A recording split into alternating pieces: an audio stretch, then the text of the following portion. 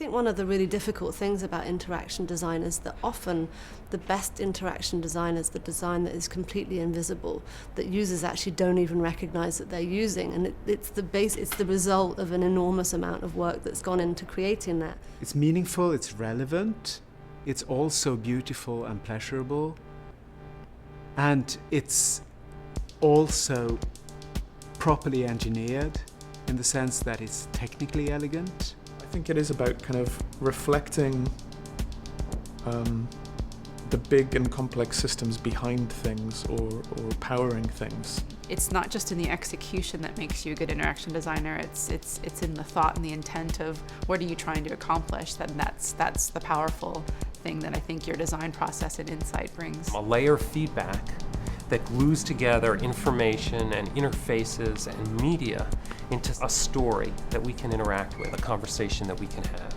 and one that is increasingly explicit. Simplicity, I think it's important, but a lot of people just use the word a lot. Oh, this is incredibly simple. And then when you look at it, it's a nightmare.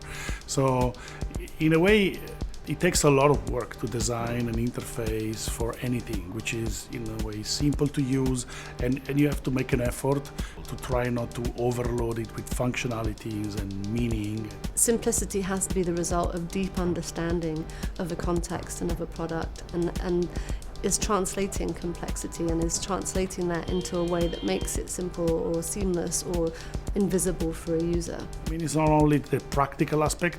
Sometimes you can throw in something which is like cute, or in a way somebody defines it maybe as a poetic element. It's got a very fundamentally a conversational and feedback-driven quality to it, and I think its power is applying that to the way we connect together experiences in different zones of our lives. It is becoming more about how to come up with a new behavior using the new things, but at the same time people don't change that fast.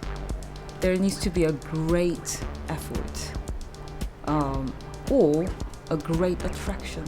It's a position of incredible cultural influence now, but it's also a position of cultural responsibility, because you can either make your peers and your culture and the world around you fully participate in things or partly participate in things, and you can do those for different reasons. In a way, there is a bit of a notion that if you succeed in changing people's behavior, then it's a success. And I would call it survival, in the sense that right now we have so many choices of doing the same thing.